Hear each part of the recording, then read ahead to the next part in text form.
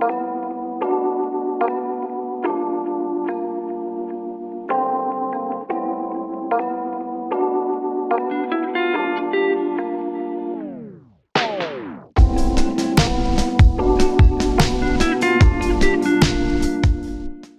merhaba. Şu an Polonya'da Gdańsk şehrindeyiz. Dün akşam saat 11 gibi geldik. O yüzden akşam hiç gezme şansımız olmadı. Şu an merkeze, eski şehre doğru yürüyoruz. Bakalım, önce kahvaltı edecek bir yer bakacağız. Sonrasında da şehri birazcık gezeceğiz. Şu an ara sokaklardan bakarken aslında çok böyle tarihi binalar görünmeye başladı. Bakalım nasıl geçecek 2 gün.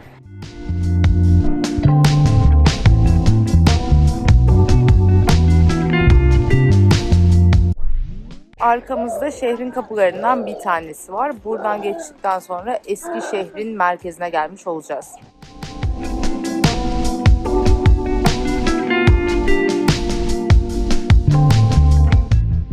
Şu an Gdańsk'ın en önemli caddelerinden birindeyiz diyebilirim sanırım. Dyluga Caddesi.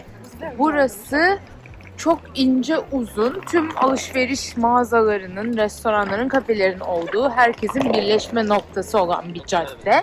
Normalde pek çok şehirde merkezlerde meydan olur. Buradaysa çok büyük bir meydan yok ama bu caddenin, ince uzun sokağın iki ucunda şehir giriş kapıları var. Ayrıca öne çıkan noktalardan bir tanesi de Neptün heykeli.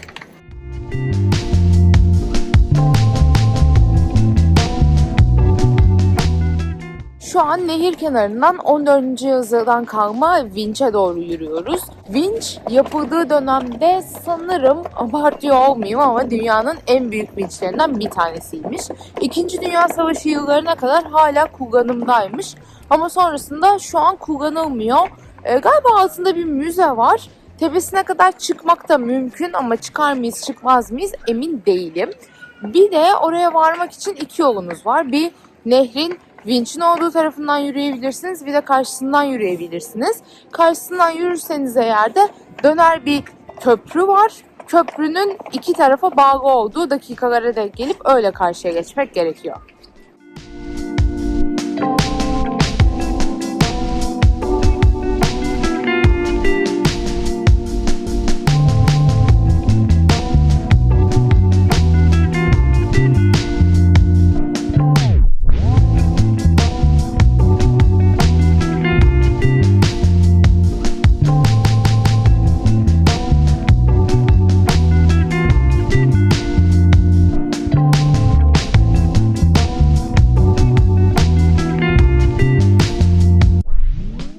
Şu an St. Mary's Bazilikası önündeyiz.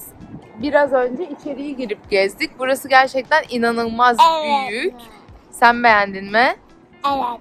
Evet, ikimiz de çok beğendik. St. Mary's Basilika dünyanın en büyük ikinci ya da üçüncü tuğla kilisesiymiş. O yüzden içerinin ne kadar büyük olduğuna şaşırmamak gerekiyor sanırım. Burasıyla ilgili en eski kayıtlar galiba 1200'lü yıllara dayanıyor. Bu arada Gdańsk valisinin naaşı da 2019'da buraya defnedilmiş.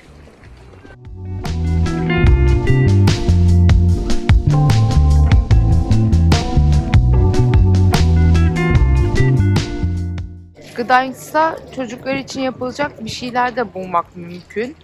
Örneğin bu atlı karınca gibi ya da bazı restoranların içerisinde özel çocuk bölümleri var. Yeri gelmişken sanırım kaldığımız Airbnb'den de bahsetmem gerekir. Bu sefer sadece çocukların oynayabileceği çok güzel bir ev var. Odanın içerisinde salıncak var falan diye bakıp seçtik.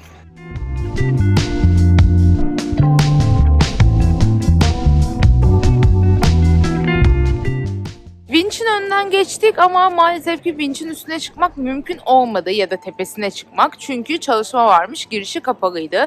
Onun yerine birazcık nehir kenarında yürümeye karar verdik. Hava şu an 0 derece falan ama birazcık yağmur yağıyor. O yüzden de biraz serin geldi. Üşümeye başladık 2 saatin sonunda. Sabah kahvaltıdan beri yürüyoruz. Birazdan nehrin karşısına geçeceğiz, köprülerin bir tanesinden. Şu arkamda gördüğünüz dönme dolabın oraya doğru yürüyeceğiz. Orada ayrıca kocaman bir Gdańsk yazısı var. Çok fotoğraflara uygun olur diye düşünüyorum. Bakalım.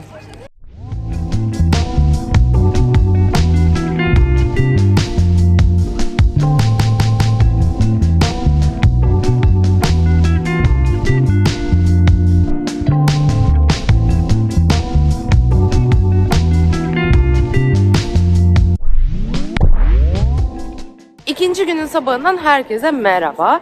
İlk akşam çok da geleneksel olmayan bir yemeğin ardından nehir kenarında kısa bir yürüyüş yaptık. İkinci gün ise önce kahvaltı edeceğiz tabii ki yine. Sonrasında da trene atlayıp Sopot'a gideceğiz. Sopot buradan 20 dakika kadar uzaklıkta tramvay ya da trenle gittiğinizde çok değişik yamuk bir bina var. Adını şu an hatırlamıyorum ama orayı gezeceğiz. Sonrasında da büyük bir ihtimalle sahil şeridinde biraz yürüyüş yaparız.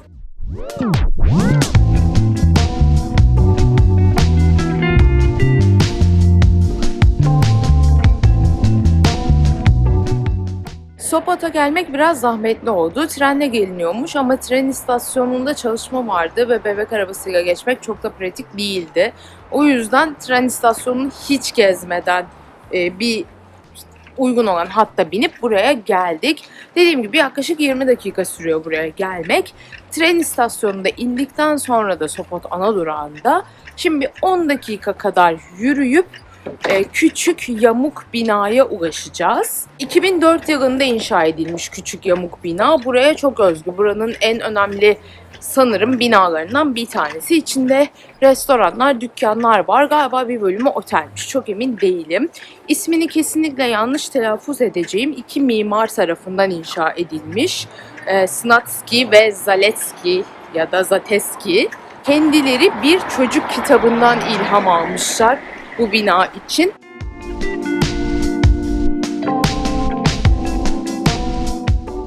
Sopot Avrupa'nın en uzun sahillerinden birine sahip ve burası kilometrelerce kum ama tabii ki bu mevsimde denize giren yok.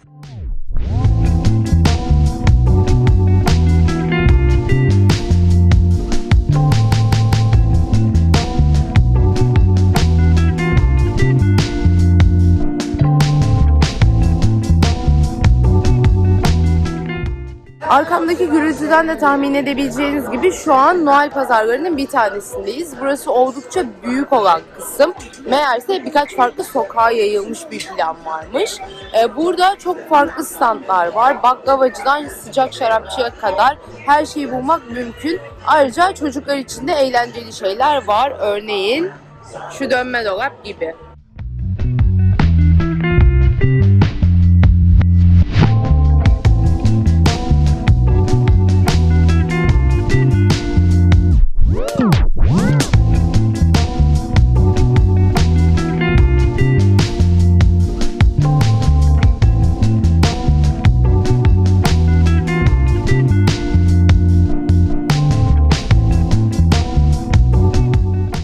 İkinci gün inanılmaz yağmurlu, soğuk ama bir o kadar da midemiz dolu bir şekilde bitiyor. Anneannem hep yediğin içtiğin senin olsun, gezip gördüğünü anlat derdi.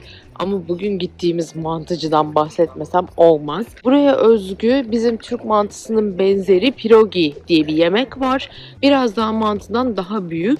Gittiğimiz mekanda en az 30 farklı çeşit vardı. Biz 3 tanesini denedik ama üçü de inanılmaz lezzetliydi. Onun dışında bugün tattığım değişik bir şey daha var. Sıcak şarap daha önce denemiştim. Baharatlı işte kırmızı şarapla ya da beyaz şarapla yapılan, alkollü ya da alkolsüzü olan.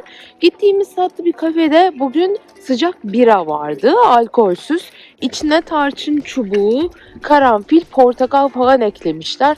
O da ilginç bir tat oldu bizim için. Gdańsk oldukça küçük bir şehir. 1-2 gün içerisinde gezmek mümkün. Önemli görülmesi gereken yerlerin birçoğu nehir kenarında yer alıyor. Sopot gibi şehrin dışında da bazı görülecek yerler var. Ama sadece 1-2 günlüğüne geldiyseniz belki oralara atlayıp merkeze odaklanmakta fayda olabilir. Bu arada eğer bu tarz videolardan keyif alıyorsanız ve henüz yapmadıysanız kanalıma abone olup bildirimleri açmayı unutmayın. Çünkü gelecek videolarla tekrar karşılaşmak beni mutlu eder.